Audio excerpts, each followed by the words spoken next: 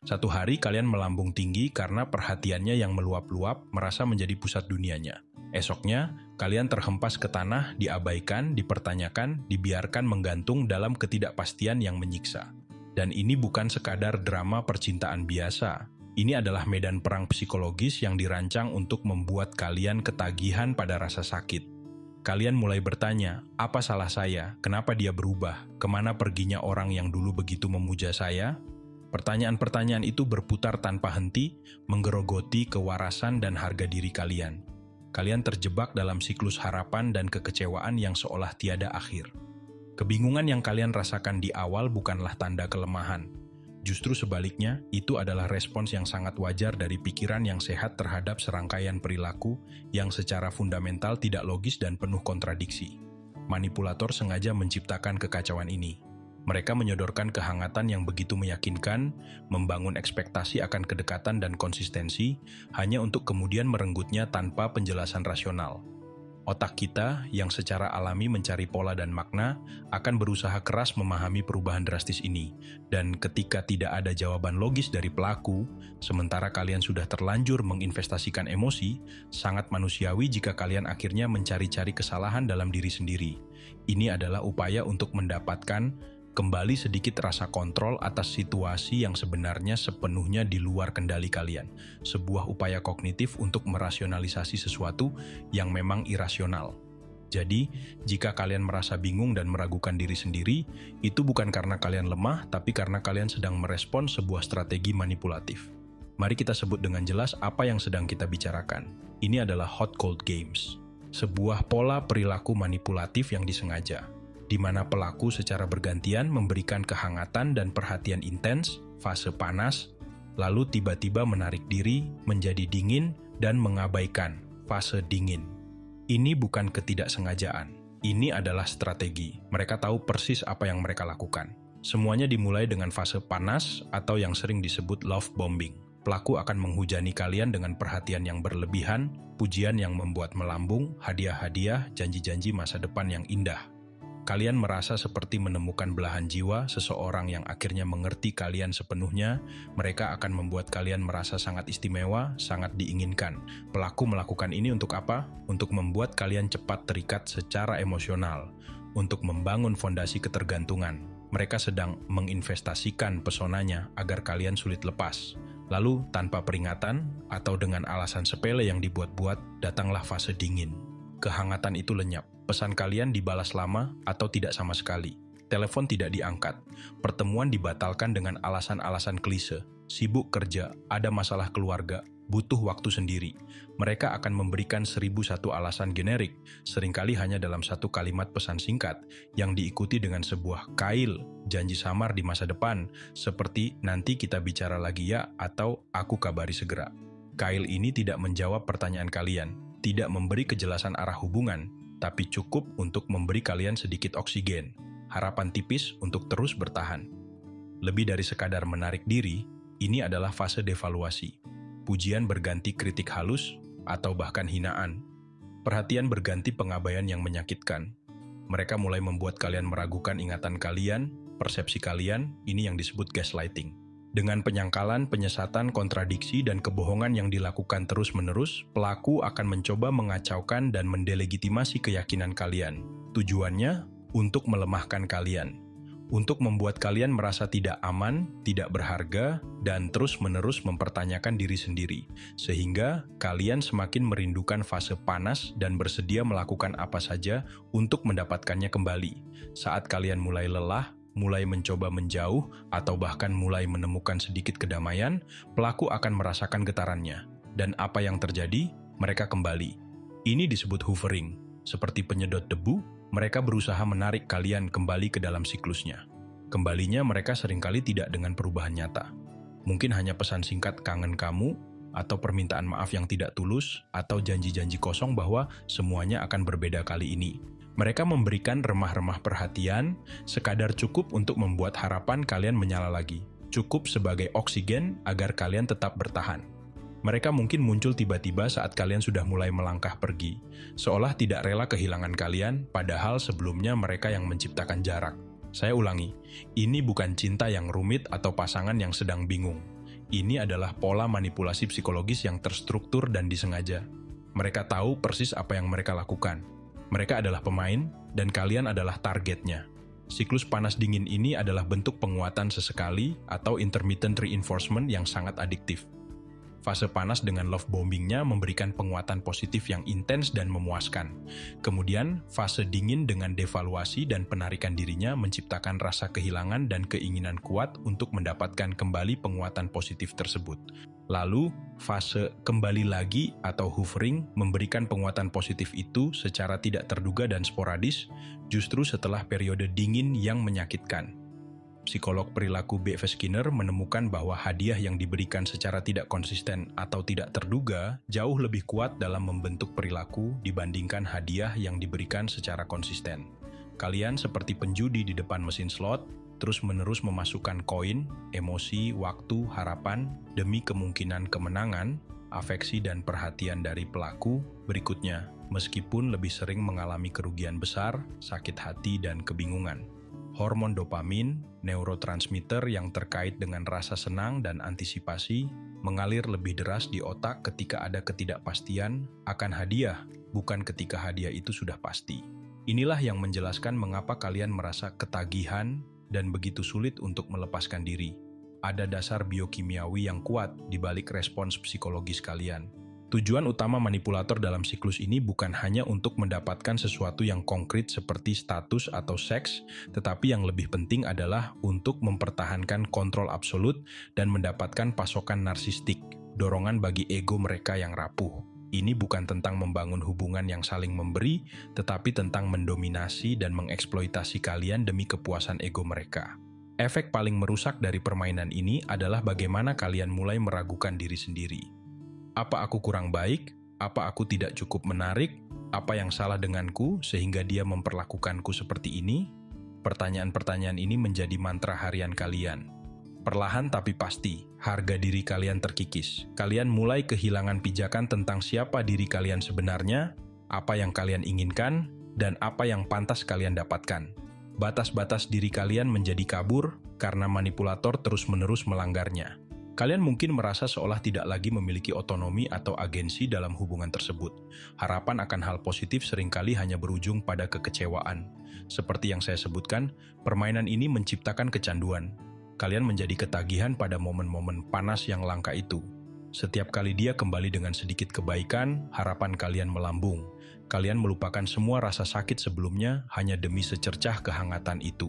Ini adalah jebakan intermittent reinforcement. Penguatan yang datang sesekali dan tidak terduga, yang justru paling kuat mengikat. Kalian hidup dalam penantian, menunggu dia sadar, menunggu dia berubah, menunggu dia kembali menjadi sosok ideal yang pernah kalian kenal di awal. Sosok yang sebenarnya tidak pernah benar-benar ada, itu hanya topeng yang mereka kenakan untuk memikat. Emosi kalian seperti roller coaster. Satu saat kalian merasa di puncak dunia karena perhatiannya, saat berikutnya kalian jatuh ke jurang keputusasaan karena pengabaiannya. Dari euforia ke depresi dalam hitungan hari, bahkan jam. Ini sangat melelahkan jiwa. Kalian berjalan di atas kulit telur, selalu berusaha mengantisipasi suasana hatinya, selalu berusaha agar tidak melakukan kesalahan yang bisa memicu fase dingin berikutnya. Ini bukan hidup, ini bertahan hidup.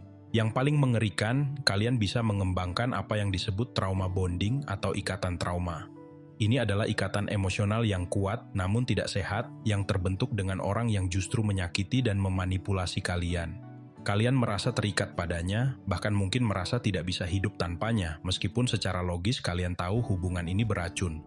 Pelaku menjadi sumber rasa sakit sekaligus sumber kenyamanan sesaat. Ini adalah ikatan yang sangat sulit diputus karena melibatkan dinamika psikologis yang kompleks dan seringkali berakar pada pengalaman masa lalu. Ikatan trauma ini diperkuat oleh sebuah dinamika kejam. Manipulator adalah pihak yang menciptakan penderitaan emosional melalui fase dingin, namun mereka juga yang kemudian memberikan peredaan sementara dari penderitaan tersebut melalui fase panas atau hovering. Kalian, yang sudah dikondisikan oleh penguatan sesekali, mulai mengasosiasikan manipulator sebagai satu-satunya sumber yang dapat mengembalikan perasaan baik, yang sebenarnya adalah ilusi dari fase love bombing awal. Pelaku menjadi penyebab sekaligus penyembuh dari rasa sakit yang mereka timbulkan, sebuah siklus yang mengikat kalian secara mendalam dan irasional. Kalian menjadi bergantung pada mereka untuk validasi dan kelegaan emosional, meskipun mereka adalah sumber utama penderitaan kalian. Seringkali manipulator juga akan berusaha mengisolasi kalian dari teman, keluarga, atau siapapun yang mungkin bisa menyadarkan kalian. Mereka akan menjelek-jelekkan orang-orang terdekat kalian, mengungkapkan opini negatif tentang lingkaran sosial kalian, membuat kalian merasa hanya dialah satu-satunya yang bisa kalian andalkan. Ini membuat kalian semakin bergantung dan kurang mendapatkan masukan atau dukungan dari luar. Jika kalian merasakan semua ini, ketahuilah, kalian tidak gila, kalian tidak berlebihan. Perasaan kalian valid. Apa yang kalian alami adalah nyata, dan itu adalah dampak langsung dari manipulasi psikologis yang sistematis. Akhirnya ada yang mengerti apa yang kalian rasakan, karena ini adalah pola yang dikenali. Dampak emosional dari permainan hot cold ini seringkali mencerminkan atau bahkan memperburuk luka emosional yang mungkin sudah kalian bawa dari masa lalu, terutama yang berkaitan dengan pengabaian emosional atau validasi yang tidak konsisten di masa kanak-kanak. Psikolog menjelaskan bahwa pengalaman di mana pengasuh kadang hangat dan kadang tidak tersedia secara emosional dapat meninggalkan jejak dalam jiwa. Akibatnya, beberapa individu mungkin secara tidak sadar tertarik pada hubungan yang mencerminkan pola tarik ulur emosional ini. Pasangan yang bermain hot cold seolah menjadi cermin emosional, menawarkan pengulangan bawah sadar dari cinta tidak konsisten yang pernah dialami. Pola hot cold dari manipulator, pemberian afeksi dan validasi yang datang dan pergi, secara langsung menggemakan pola pengasuhan yang merusak tersebut. Bagi kalian yang memiliki riwayat ini, perilaku manipulator bisa terasa familiar pada tingkat bawah sadar. Kalian mungkin tanpa sadar mencoba memperbaiki pola masa lalu dengan berusaha mendapatkan cinta dan konsistensi dari manipulator saat ini, sebuah upaya yang sayangnya pasti gagal dan justru akan memperdalam luka lama. Ini bisa menjelaskan mengapa beberapa orang mungkin merasa lebih rentan atau lebih lama terjebak dalam dinamika beracun seperti ini. Untuk melindungi diri, kalian harus mampu mengenali predator ini dari jauh. Mereka mungkin tidak terlihat seperti monster, seringkali mereka sangat menawan. Tapi ada ciri-ciri khas yang bisa kalian deteksi jika kalian jeli. Setiap poin ini akan membuka wawasan baru. Ciri pertama, ahli menciptakan ilusi kedekatan instan, lalu menghilang tanpa jejak. Mereka adalah master dalam membangun keintiman palsu dengan sangat cepat. Di awal mereka akan membuat kalian merasa begitu klik, seolah sudah kenal lama. Mereka akan membagi cerita pribadi yang mungkin saja rekayasa, mencari tahu semua tentang kalian, membuat kalian merasa sangat dipahami. Mereka menghujani kalian dengan pujian dan perhatian tanpa henti. Namun setelah kailnya tertancap, mereka bisa menghilang begitu saja, meninggalkan kalian dalam kebingungan dan kehampaan. Kehangatan yang kemarin meluap, hari ini menjadi dingin membeku tanpa penjelasan logis. Satu saat mereka tampak begitu tertarik dan terlibat, saat berikutnya mereka menjadi jauh dan kurang responsif. Ciri kedua, komunikasi yang tidak konsisten dan penuh teka-teki. Pola komunikasi mereka adalah bencana. Hari ini mereka responsif, mengirim pesan manis bertubi-tubi. Besok, pesan kalian hanya dibaca atau dibalas berjam-jam, bahkan berhari-hari kemudian, dengan jawaban singkat dan dingin. Mereka sering menggunakan alasan-alasan samar seperti sibuk banget, tanpa detail yang jelas, atau janji-janji interaksi di masa depan yang tidak pernah terwujud. Mereka ahli dalam memberikan mixed signals, sinyal campuran. Kata-katanya mungkin manis, tapi tindakannya menunjukkan sebaliknya. Ini membuat kalian terus menganalisis, terus menebak-nebak apa maksud sebenarnya, dan ini adalah cara mereka mempertahankan kontrol dan membuat kalian tetap terfokus pada mereka. Ciri ketiga, standar ganda akut dan minimnya akuntabilitas. Mereka menuntut banyak dari kalian, kesetiaan penuh, perhatian terus-menerus, pengertian tanpa batas atas perilaku buruk mereka. Tapi, mereka sendiri jarang memberikan hal yang sama. Kalian harus selalu siap sedia, tapi mereka datang dan pergi sesuka hati, seolah hubungan hanya berjalan sesuai ketentuan mereka. Ketika kalian mencoba mengkonfrontasi perilaku mereka, mereka akan menghindar, menyangkal, memutarbalikkan fakta, gaslighting, atau bahkan menyalahkan kalian kembali. Kamu terlalu sensitif, kamu salah paham, aku begini juga karena kamu. Mereka hampir tidak pernah mau mengakui kesalahan atau bertanggung jawab atas rasa sakit yang mereka timbulkan. Mereka seringkali membuat berbagai alasan untuk perilaku mereka tanpa pernah benar-benar mengatasi akar masalahnya. Ciri keempat, muncul kembali tepat saat kalian mulai sembuh atau menjauh. Ini adalah ciri klasik. Saat mereka merasa kalian mulai melepaskan diri, menemukan kebahagiaan baru, atau tidak lagi mengejar mereka, mereka akan tiba-tiba muncul kembali. Ini adalah taktik hovering yang paling jelas. Mereka mungkin menghubungi kalian kembali sesuai keinginan mereka, seolah tidak peduli bagaimana perlakuan mereka sebelumnya. Kemunculan mereka bukan karena mereka benar-benar menyesal atau menyadari nilai kalian. Bukan, itu karena mereka tidak tahan kehilangan kontrol atas kalian atau pasokan emosi yang kalian berikan. Kalian adalah milik mereka yang tidak boleh lepas. Mereka ingin membuat kalian terus mengejar agar mereka bisa merasakan kekuatan dan kontrol. Ciri kelima, ketidakmampuan membangun hubungan yang stabil, setara, dan bertumbuh. Lihatlah rekam jejak hubungan mereka jika memungkinkan atau perhatikan bagaimana mereka memperlakukan orang lain. Pelaku hot cold games seringkali memiliki pola hubungan yang tidak stabil dan dangkal.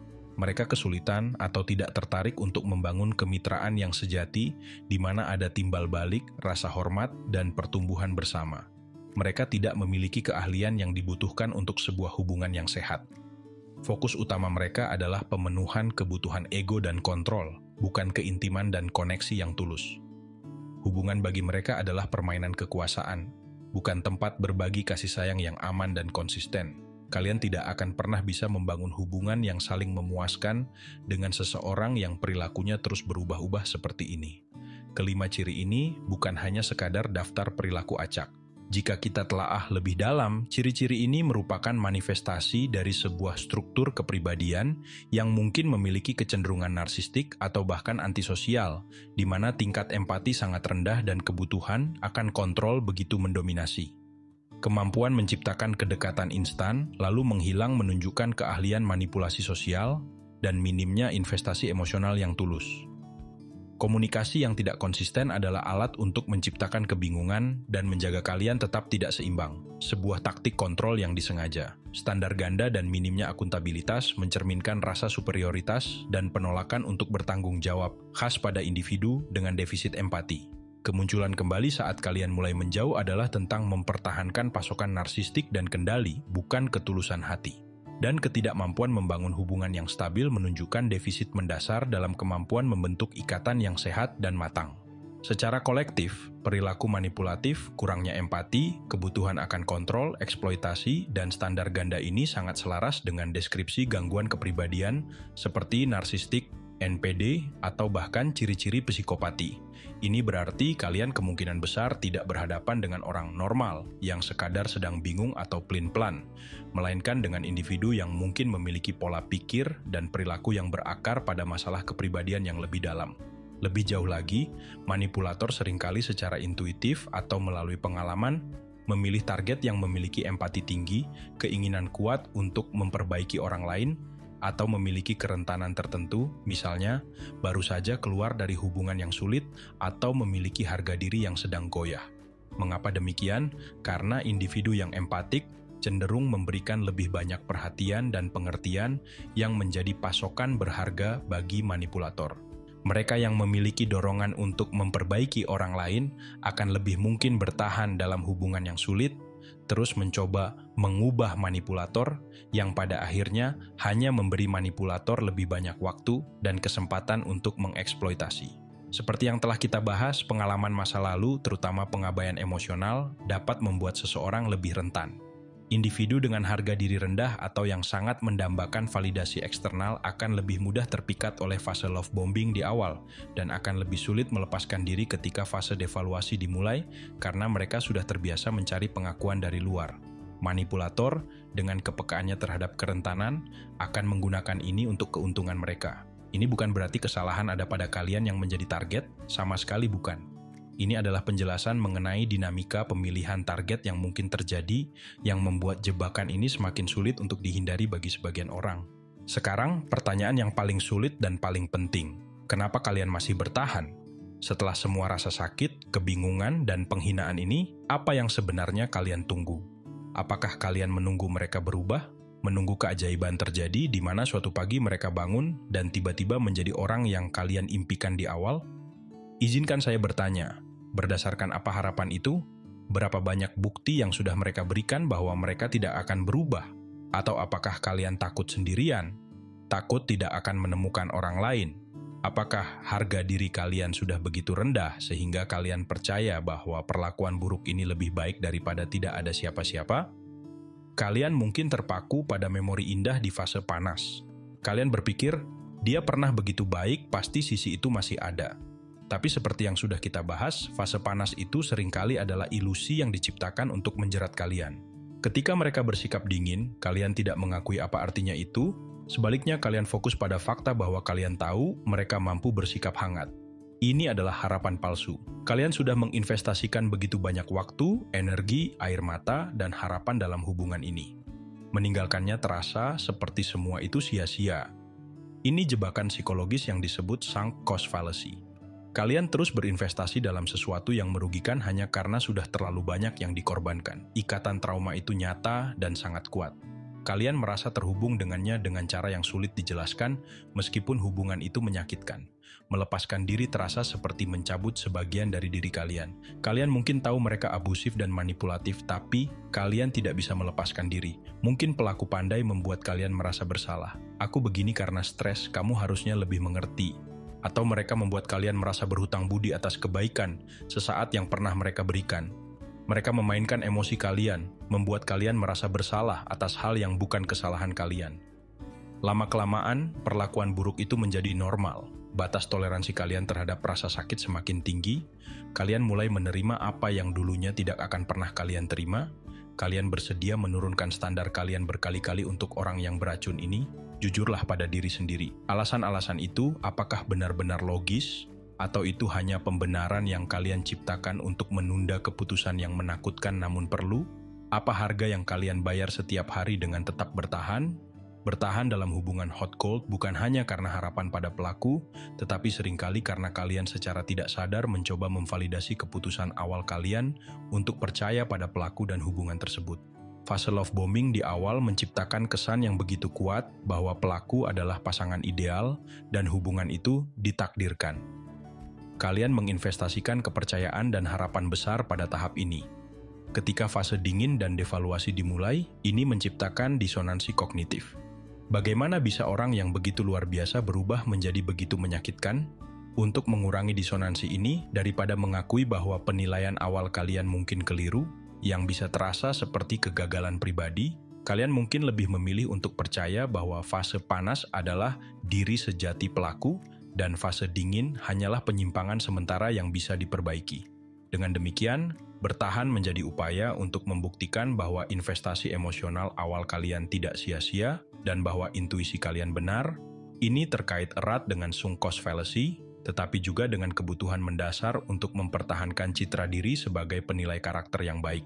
Selain itu, ketakutan akan apa kata orang atau stigma sosial jika meninggalkan hubungan juga bisa menjadi faktor signifikan. Terutama jika hubungan itu tampak ideal dari luar, karena topeng yang lihai dikenakan oleh manipulator untuk menjaga citra publik mereka.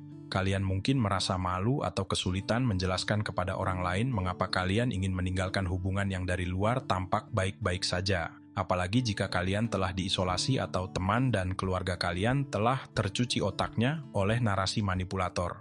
Kalian bahkan mungkin berusaha menampilkan hubungan kalian sebagai hubungan yang bahagia di mata publik, meremehkan perilaku abusifnya, dan melebih-lebihkan setiap tindakan positif langka yang mereka tunjukkan. Ketakutan akan dihakimi, tidak dipercaya, atau dianggap gagal dalam hubungan dapat menambah beban psikologis yang berat dan membuat kalian ragu untuk mengambil langkah keluar, meskipun kalian menderita secara internal. Ini adalah tekanan eksternal yang memperkuat jebakan internal yang sudah ada. Dengarkan baik-baik. Kalau seseorang secara konsisten membuat kalian meragukan kewarasan kalian, mempertanyakan harga diri kalian, membuat emosi kalian naik turun seperti yoyo, itu bukan cinta. Itu bukan hubungan yang unik atau penuh gairah. Itu adalah jebakan emosional yang dirancang untuk menguras energi dan jiwa kalian. Cinta yang sejati tidak mempermainkan perasaan kalian. Cinta yang tulus tidak membuat kalian merasa kecil, tidak berharga, atau terus-menerus cemas. Cinta yang sehat membangun, bukan menghancurkan. Cinta yang benar memberikan rasa aman, bukan ketidakpastian yang konstan. Hubungan yang sehat ditandai dengan saling menghormati, merasa aman secara fisik dan emosional, berbagi tanggung jawab, dan kesediaan untuk mendengar satu sama lain. Setiap hari kalian memilih untuk bertahan dalam dinamika beracun ini, kalian sedang memberi izin pada diri kalian sendiri untuk dipatahkan pelan-pelan. Kalian sedang mengorbankan kedamaian batin kalian demi ilusi yang tidak akan pernah menjadi kenyataan. Kalian berhak mendapatkan lebih. Kalian berhak atas cinta yang menghargai, menghormati, dan mendukung pertumbuhan kalian. Kalian berhak atas hubungan di mana kalian merasa aman menjadi diri sendiri, tanpa takut dihakimi atau diabaikan tiba-tiba. Mengambil kembali harga diri kalian dimulai dengan keputusan. Keputusan bahwa kalian sudah cukup menderita. Keputusan bahwa kalian pantas mendapatkan yang lebih baik. Ini tidak mudah, saya tahu. Tapi ini mungkin. Langkah pertama adalah mengakui kebenaran situasi ini, seberapapun pahitnya. Proses melepaskan diri dari hubungan hot cold bukan hanya tentang meninggalkan pelaku. Ini adalah tentang mendekonstruksi narasi palsu yang telah kalian internalisasi tentang cinta, tentang hubungan, dan yang paling penting, tentang nilai diri kalian sendiri. Manipulator telah mengajarkan kalian versi cinta yang menyimpang, bahwa cinta itu penuh drama, ketidakpastian, dan pengorbanan sepihak. Kalian mungkin telah menginternalisasi bahwa kalian harus berjuang mati-matian untuk cinta, atau bahwa cinta yang bergairah pasti melibatkan rasa sakit, sebuah distorsi dari konsep romantis yang tidak sehat. Melepaskan diri membutuhkan kalian untuk secara aktif menantang dan mengganti definisi cinta yang telah ditanamkan manipulator itu dengan definisi yang lebih sehat dan realistis, yang berlandaskan pada rasa hormat, keamanan, dan konsistensi. Ini juga berarti mengakui bahwa cinta yang kalian rasakan mungkin lebih merupakan ikatan trauma atau kecanduan emosional, bukan afeksi yang tulus dan sehat. Proses ini adalah sebuah reedukasi emosional yang mendalam. Beranilah untuk memilih diri kalian sendiri, karena tidak ada seorang pun yang akan melakukannya untuk kalian jika kalian tidak memulainya. Pemberdayaan sejati datang bukan hanya dari pemahaman intelektual tentang manipulasi yang kalian alami. Mengetahui bahwa ini adalah manipulasi adalah langkah pertama yang krusial tentu saja. Namun pengetahuan saja seringkali tidak cukup untuk lepas dari cengkeraman emosional dan psikologis yang begitu kuat. Kalian mungkin tahu mereka abusif, tetapi tetap merasa sulit melepaskan diri. Langkah selanjutnya yang jauh lebih penting adalah tindakan nyata. Menetapkan batasan yang tegas, mencari dukungan dari orang-orang yang kalian percaya atau profesional, dan jika memang diperlukan, mengakhiri semua kontak dengan pelaku. Tindakan ini membutuhkan keberanian yang luar biasa karena manipulator mungkin akan meningkatkan upaya hoovering mereka atau bahkan melancarkan kampanye kotor untuk merusak reputasi kalian. Kalian juga harus berani menghadapi ketakutan akan kesendirian atau masa depan yang terasa tidak pasti. Namun, setiap tindakan kecil yang kalian ambil untuk memprioritaskan kesejahteraan diri sendiri akan mulai membangun kembali harga diri dan rasa agensi yang telah terkikis oleh manipulasi. Ini adalah proses reklamasi diri, merebut kembali kendali atas hidup kalian. Saya tahu pembahasan ini berat, tapi penting untuk kita bicarakan secara terbuka. Saya ingin mendengar dari kalian di kolom komentar. Bagian mana dari video ini yang paling menusuk dan membuat kalian sadar? Apakah kalian pernah mengalami atau menyaksikan pola hot cold games ini? Bagaimana rasanya? Jika kalian merasa terjebak, langkah kecil apa yang mungkin bisa kalian ambil hari ini untuk mulai menghargai diri kalian sendiri lebih? Ingat, jujur pada diri sendiri adalah langkah awal penyembuhan. Komunitas ini ada untuk saling mendukung, tapi perubahan sejati dimulai dari keberanian kalian sendiri. Jika video ini membuka mata kalian dan memberikan nilai, jangan lupa untuk tekan tombol like. Dan agar kalian tidak ketinggalan pembahasan mendalam lainnya seputar pengembangan diri dan pemahaman psikologis di channel Jejak Pemikiran, pastikan kalian sudah subscribe dan aktifkan lonceng notifikasinya. Terima kasih sudah menyimak, ingat kalian berharga dan kalian pantas mendapatkan ketenangan.